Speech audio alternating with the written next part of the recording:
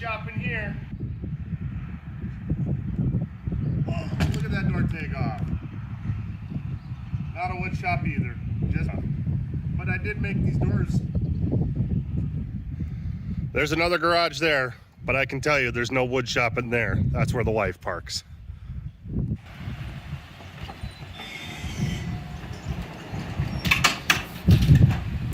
I found the wood shop.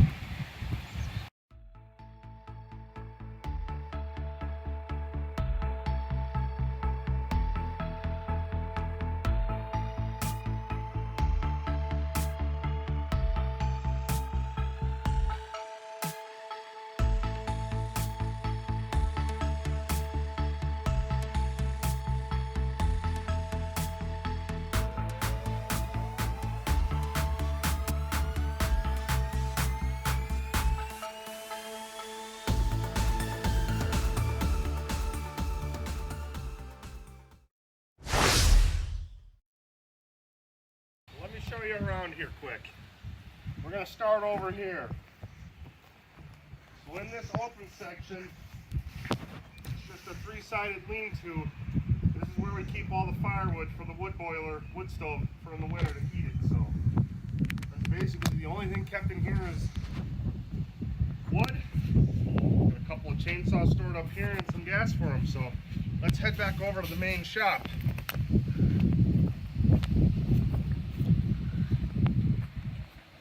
As you can see, we have the big door here, and then from inside the shop, about halfway, we have a door into the wood area, and we have a door into the backyard. So,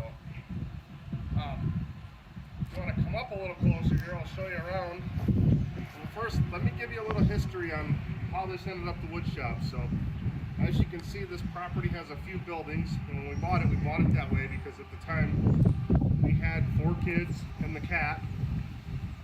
We wanted something with space for everybody. So the house was 4 bedrooms, plenty of space for everybody. And the outbuildings were something that I wanted because I watched my in-laws and my parents all build, add on, grow to store things. So the reason this building ended up the wood shop is the main attached garage is parking, 40 square foot dog kennel, workout equipment, some storage for stuff in the house. So you know, the extra freezer. I didn't want the dust in there. I didn't want that to be used. Even though it is heated and insulated, it would have worked. The 3-car garage you saw doesn't have proper electrical. It's only got 2 circuits, not insulated, gets water in it every year. So I didn't want to move into there just for that. It's a lot to get it going. No heat either. The 30 by 40 pull shed would be our next best choice because it is insulated. But there is no heat, so I would have had to tackle that. It does have great electrical panel in there, but I store a camper in there. I keep my hunting gear in there. The automotive tools are in there. I just didn't want to have the dust all in there, and again, the camper takes up a very large chunk of that space every year, so that wouldn't have been ideal. So then this building originally was a garden shed, and then came about where I needed to build a kitchen island. I'll show you a picture of that here. And then I ended up building the first workbench in here. Later came along another project, and this started to evolve into the wood shop, and all the garden stuff moved over to the 3-car garage. So come take a look in here. The first thing we start with, as you can see, is the table saw. I picked up this 36-5100 off of Facebook Marketplace. Got a great deal on it, and have loved it ever since I got it. So I had a smaller, really old Craftsman before that. It just wasn't working.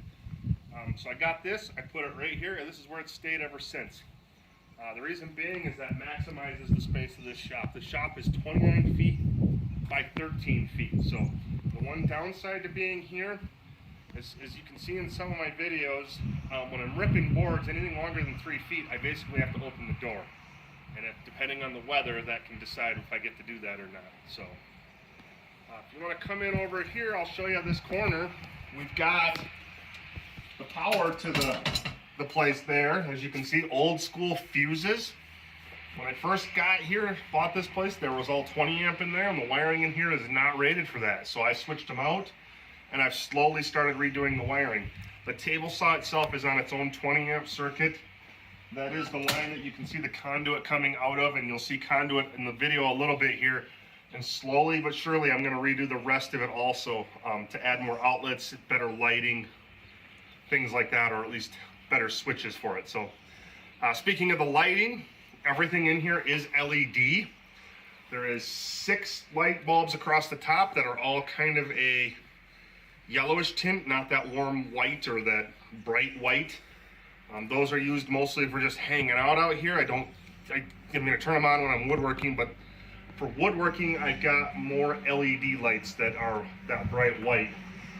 We have the 2 over the bench over here. There's 1 in the back, 2 over the assembly table. Some are from Harbor Freight, some are from Home Depot. Harbor Freight's another theme you might see throughout the shop a little bit here as we go. So if you want to come back over on this side, behind me right here, our small drill press, small bandsaw, which is my son's. Up top here we have clamps, wood glue, scrapers, anything for that. And as we move along the top here, we've got all of our sanders up here, jigsaw, router bits, air tools, biscuit joiner, dado set. That all stuff just sits up on that shelf. Above it is some more of our clamps, longer clamps that I keep. My sawhorses and craft paper all up there. And on the end here we end up with all this scrap wood. This bench here was the first bench I did build and put in the shop.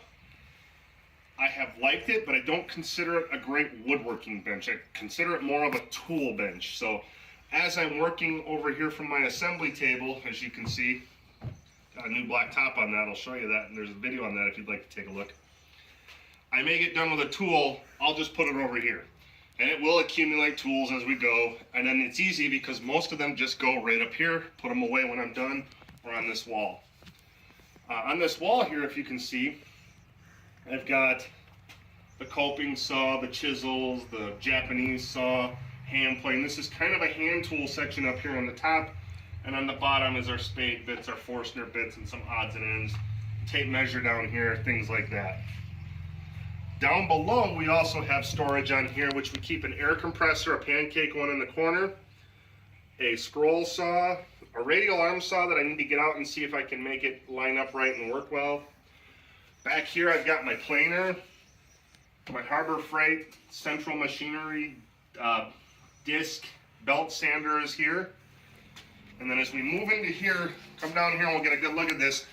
This is the dust collection system I'm using. So a rigid shot vacuum with 2 dust stopper buckets. The only reason I have 2, one works great. If you only have one, use one. I bought one for my other garage for my small little portable rigid vacuum.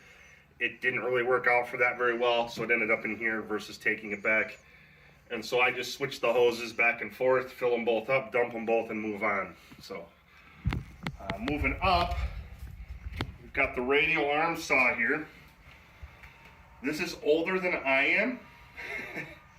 It doesn't cut square all the time. I don't really use it to make finishing square cuts. I use it more for rough cutting things down to size, and I use other means to get finished cuts. So we keep moving back.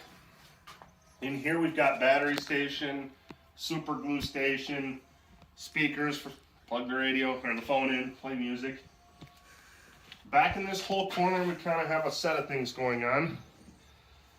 Over on the wall there is all of the what I consider non-woodworking tools. I mean, they are used in woodworking, but you have a vice grip, an angle cutter, even a wire stripper, some screwdrivers over there. And then up top here we move up, we get into finishing products, rags, oils, polys, lacquers, shellacs are in there, and a whole cupboard full of stain and preconditioner. And then way up top is some paints and some paint thinners. So, and then we also have our tape wall right back here where we keep, double-sided carpet tape, duct tape, masking tape, you name it, it's in there most likely. Back here is a little bit more of like little hooks, some screws, different things like that. Also my cutting board finish. In the drawers, that one is manuals. This one is where the drills go. This one here is for screws. So as you can see there, every screw I have is pretty much in that drawer. And we basically, a lot of the other doors haven't really gotten to use yet. Some extra sandpaper and steel wool, some camera gear, and some extra wire. You know, these I don't even think I'm using. I think there's some wire in there, extra screws, some nails in that one, and just electrical odds and ends in this one. So some organizing needs to be done. The other thing back here is sharpening. So there's paper for sharpening and the jig for sharpening chisels. I haven't mastered that yet, but we'll keep working on it. In this corner behind me is the wood lathe I picked up in an estate sale. And then all the tools are on the wall there on a Harbor Freight magnet. So over here on this side, I keep sheet goods, cut-offs or full sheets. There's some shelving up here. It all looks a little odd and out of place. This used to be wood storage for the wood boiler. On my right here, as you can see, there is a video on that. I'll put a link up there for that. But basically, I gotta figure out what I'm gonna do with the shelving yet.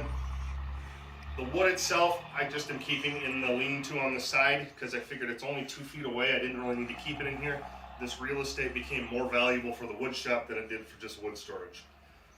You can see the bandsaw I also recently picked up at that estate sale. So it's a 12-inch old Craftsman. I gotta figure out how to use that and what I'm doing with that. So up top is my wood loft here.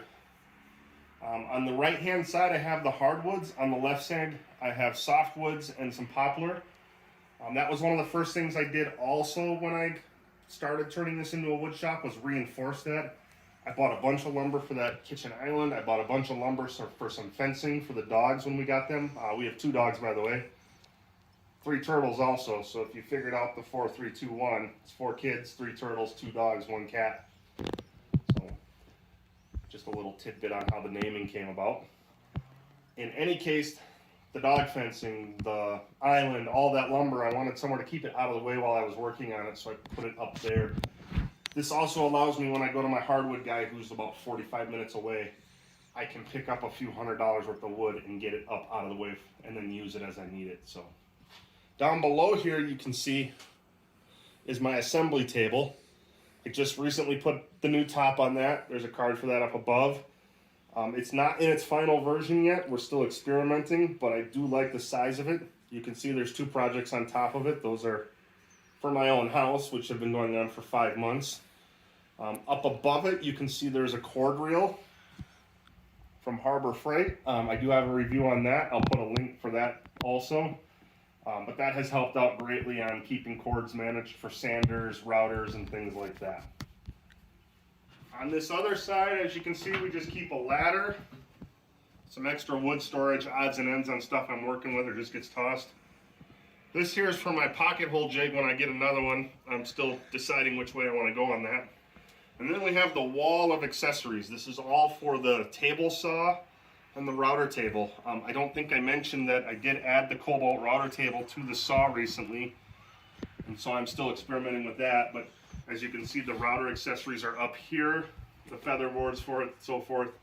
We have table saw accessories, some clamps up here. I'm experimenting if I want these on this side or the other side. I think over here, because I do tend to work on this side more for assembly, that side more for the tools. So, and I did a review on these also, which I'll put a card up there for.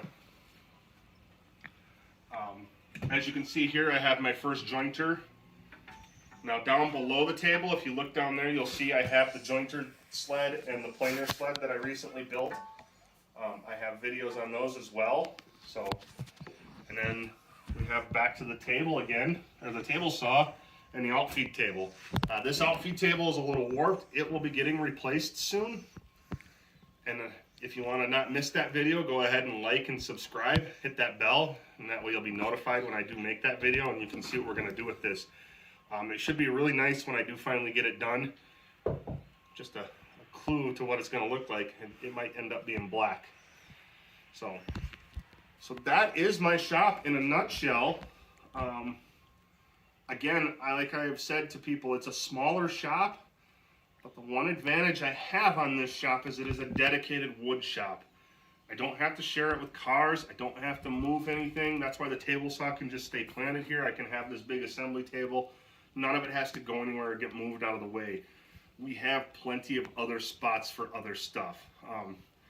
It doesn't mean we only do woodworking in here. The kids and my wife will come out and paint craft projects or do different things, paint some shelves. We use it for that also if we need to. As you can see right out this door is open space. I have sawhorses, and that door that's at the bottom shelf of my assembly table can be moved out here. The cord reel can reach out here for power. So that kind of opens this up in the summertime, and we can expand the shop to this outdoor area, making it even larger. So, but for the most part, it is a dedicated wood shop, which is nice because it does allow me to keep everything where it's at, get it set up how I want it, and I appreciate having that. So again, thanks for coming along on my tour. Hit those buttons and have a good day.